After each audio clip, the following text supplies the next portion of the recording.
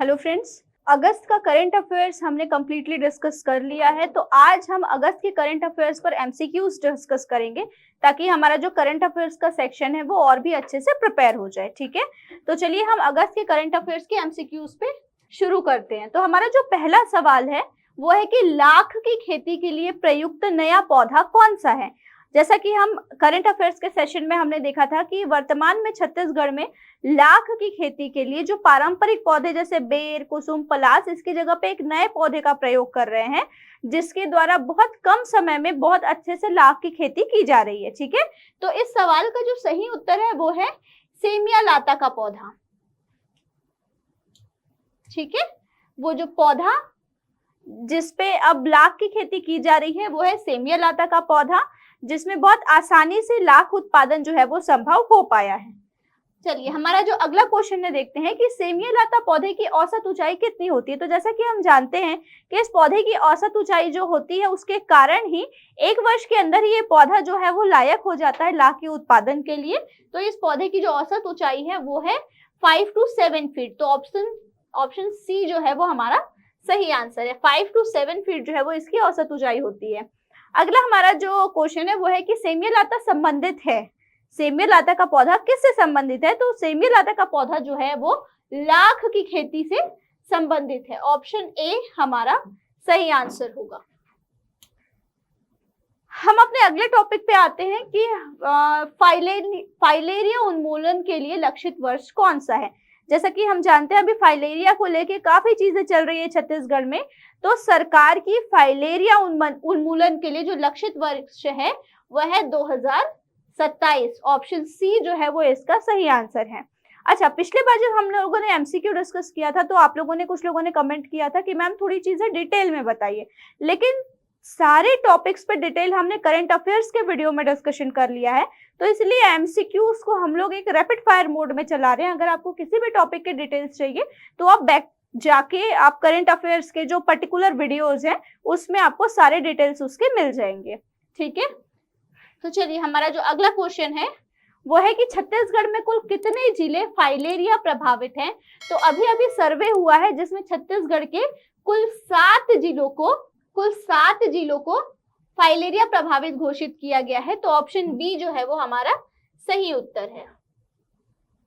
हम अपने अगले क्वेश्चन में आते हैं कि फाइलेरिया प्रभावित जिलों में शामिल नहीं है। ठीक है, तो आपको 7 जिलों के नाम हमने डिस्कशन किया था वीडियोस में। तो वो जिला जो फाइलेरिया प्रभावित नहीं है इनमें से दुर्ग प्रभावित है, शक्ति प्रभावित है, जांजगीर चांपा भी प्रभावित है। गरियाबंद जिला जो है वो फाइलेरिया प्रभावित जिलों की सूची में नहीं आता है। तो हमारा उत्तर होगा डी, गरियाबंद जिला।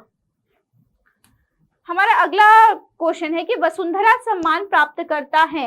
अभी अभी छत्तीसगढ़ में वसुंधरा सम्मान जो है वो समारोह का आयोजन किया गया था जिसमें इस वर्ष का वसुंधरा सम्मान जो है वो दिया गया है श्री सुधीर सक्सेना जी को। तो ऑप्शन बी श्री सुधीर सक्सेना जी जो है वो हमारा सही उत्तर है। अगला क्वेश्चन है कि वसुंधरा सम्मान समारोह का आरंभ कब हुआ था। तो वसुंधरा सम्मान समारोह का आरंभ जो है वो सन 2000 में किया गया था और ये जो वर्ष है वो लगातार 23वां वर्ष है इस सम्मान समारोह का। तो वर्ष 2000 ऑप्शन ए जो है वो हमारा सही उत्तर है। चलिए हमारे अगले क्वेश्चन में आते हैं कि छत्तीसगढ़ के प्रथम मुख्य न्यायाधीश श्री WA शशांक जी का निधन हुआ है। ये डेट पूछ रहा है कि इनका निधन कब हुआ है। तो इनका निधन हुआ था 3 अगस्त 2023 को। तो ऑप्शन डी 3 अगस्त 2023 हमारा सही उत्तर होगा। अगला क्वेश्चन है कि श्री WA शशांक जी संबंधित हैं किस, यहाँ पे जनजाति की बात की जा रही है कि शशांक जी किस जनजाति से बिलोंग करते थे। तो इसका सही आंसर है ऑप्शन सी, नागा जनजाति। श्री शशांक जी जो है वो नॉर्थ ईस्ट से बिलोंग करते थे और वहां पे नागा जनजाति से ये संबंधित रहे हैं। तो ऑप्शन सी जो है वो हमारा सही उत्तर है। अब हम आते हैं अगले क्वेश्चन में कि श्री WA शशांक जी की मृत्यु कहाँ हुई है। ठीक है, तो उनकी मृत्यु हुई है इम्फॉल में। तो ऑप्शन बी इम्फॉल हमारा सही उत्तर है। ठीक है, अगला क्वेश्चन है कि राजपत्रित अधिकारी केंद्र सरकार के परिप्रेक्ष्य में किसके प्रतिनिधि होते हैं। अभी हाल ही में हमने जो घटनाएं देखी उसमें हमने देखा है कि नायब तहसीलदार की जो पोस्ट है उसे राजपत्रित अधिकारी का दर्जा दिया गया है। ठीक है, राजपत्रित अधिकारी केंद्र सरकार के परिप्रेक्ष्य में भी होते हैं, राज्य सरकार के भी परिप्रेक्ष्य में होते हैं। तो हमारे क्वेश्चन में पूछा जा रहा है कि केंद्र सरकार के परिप्रेक्ष्य में ये किन के प्रतिनिधि होते हैं, तो इसका जो सही आंसर है वो है आंसर डी, राष्ट्रपति के। अब हमारा अगला क्वेश्चन है कि राजपत्रित अधिकारी राज्य सरकार के परिप्रेक्ष्य में किसके प्रतिनिधि होते हैं, तो राज्य सरकार के परिप्रेक्ष्य में ये राज्यपाल के प्रतिनिधि होते हैं। तो ऑप्शन ए जो है वो हमारा सही उत्तर है। हमारा अगला क्वेश्चन है कि विश्व आदिवासी दिवस कब मनाया जाता है, तो विश्व आदिवासी दिवस जो है वो प्रतिवर्ष 9 अगस्त को मनाया जाता है। तो ऑप्शन बी हमारा सही आंसर है। अगला क्वेश्चन है कि पर्यावास अधिकार मान्यता पत्र प्रदान किया गया है, यहाँ पे जनजाति पूछा जा रहा है कि किसे प्रदान किया गया है। तो जैसा कि हमने देखा है अभी 9 अगस्त को जब विश्व आदिवासी दिवस मनाया गया तो छत्तीसगढ़ की एक जनजाति है जिसे पर्यावास अधिकार प्रमाण पत्र जो है वो मुख्यमंत्री जी के द्वारा प्रदान किया गया है और वो जनजाति है कमार जनजाति। तो ऑप्शन ए जो है वो हमारा सही उत्तर है। हमारा अगला क्वेश्चन है कि विश्व आदिवासी दिवस के अवसर पर छत्तीसगढ़ के मुख्यमंत्री किन जिलों के आयोजन में शामिल हुए थे। तो जैसा कि हम जानते हैं कि इस अवसर पर मुख्यमंत्री जो है वो 2 जिलों में शामिल हुए थे और वो 2 जिले जो हैं वो है बस्तर और सरगुजा। तो ऑप्शन डी जो है वो हमारा सही उत्तर है। अगला क्वेश्चन है कि मत्स्य बीज उत्पादन में छत्तीसगढ़ का देश में कौन सा स्थान है, तो मत्स्य बीज उत्पादन के लिए छत्तीसगढ़ का देश में 5th स्थान है। तो ऑप्शन बी हमारा सही उत्तर है। अगला क्वेश्चन है कि बेस्ट इनलैंड स्टेट का पुरस्कार छत्तीसगढ़ को किस क्षेत्र में दिया गया है। तो कंफ्यूज नहीं होना है, हमारे पास ऑप्शन में मत्स्य उत्पादन भी है और मत्स्य बीज उत्पादन भी है। तो छत्तीसगढ़ को बेस्ट इनलैंड स्टेट का जो अवार्ड है वो मत्स्य बीज उत्पादन के क्षेत्र में मिला हुआ है। ऑप्शन सी जो है वो हमारा सही उत्तर है। अगला क्वेश्चन है हमारा कि छत्तीसगढ़ की महिला बास्केटबॉल टीम का फाइनल मैच किसके साथ हुआ था। तो छत्तीसगढ़ की महिला बास्केटबॉल टीम ने नेशनल टूर्नामेंट में तमिलनाडु के साथ मैच किया था और उसने स्वर्ण पदक जीता था। तो हमारा जो सही उत्तर है वह है ऑप्शन सी, तमिलनाडु। अगला क्वेश्चन है अंतरराष्ट्रीय युवा दिवस कब मनाया जाता है। तो अंतरराष्ट्रीय युवा दिवस जो है वो मनाया जाता है 12 अगस्त को। ऑप्शन ए हमारा सही उत्तर है। अगला क्वेश्चन है कि अंतरराष्ट्रीय युवा दिवस मनाना कब आरंभ किया गया था। तो अंतरराष्ट्रीय युवा दिवस जो है वो सन 2000 से मनाना आरंभ किया गया है। ऑप्शन सी हमारा सही उत्तर है। नेक्स्ट क्वेश्चन, अंतरराष्ट्रीय युवा दिवस की इस वर्ष की थीम क्या रही है। देखिए हर वर्ष जब से सन 2000 से अंतरराष्ट्रीय युवा दिवस मनाया जा रहा है एक विशेष थीम को लेकर ये जो आयोजन है वो किया जाता है और वर्ष भर इस पर काम किया जाता है। ठीक है, तो इस वर्ष की जो थीम है वो है ऑप्शन बी, युवाओं के लिए हरित कौशल एक सतत विश्व की ओर। ठीक है, ऑप्शन बी जो है वो हमारा सही उत्तर है। अगला क्वेश्चन है कि विश्व हाथी दिवस कब मनाया जाता है। तो विश्व हाथी दिवस जो है वो 12 अगस्त को मनाया जाता है। ऑप्शन डी सही उत्तर है। अब देखिए यहाँ पे ये चीज याद रखना है, हमें कंफ्यूज नहीं होना है। अगस्त में हमने बेसिकली 3 दिवस के बारे में, अंतरराष्ट्रीय दिवसों के बारे में डिस्कशन किया है। अंतरराष्ट्रीय आदिवासी दिवस या विश्व आदिवासी दिवस, युवा दिवस, अंतरराष्ट्रीय युवा दिवस और अंतरराष्ट्रीय हाथी दिवस। ठीक है, तो जो आदिवासी दिवस है वो 9 अगस्त को और युवा दिवस और हाथी दिवस जो है वो दोनों अंतरराष्ट्रीय स्तर पर 12 अगस्त को मनाया जाता है। ठीक है, तो 12 अगस्त जो है वो हमारा सही उत्तर है। अगला है संवेदना अभियान संबंधित है। तो संवेदना अभियान को अभी शुरू किया गया है और ये हाथियों की सुरक्षा से संबंधित है। तो ऑप्शन ए हमारा सही उत्तर है। अगला क्वेश्चन है कि रजक गुड़ी का निर्माण किया गया है। तो जैसे कि हमने डिस्कस किया था कि रीपा की तर्ज पर ही यूपा के अंतर्गत रायपुर के नरैया तालाब में रजक गुड़ी का निर्माण किया गया है। तो ऑप्शन डी नरैया तालाब जो है वो हमारा सही उत्तर है। अगला क्वेश्चन है कि छत्तीसगढ़ में मानव हाथी द्वंद्व पर नियंत्रण हेतु कौन सा ऐप लॉन्च किया गया है।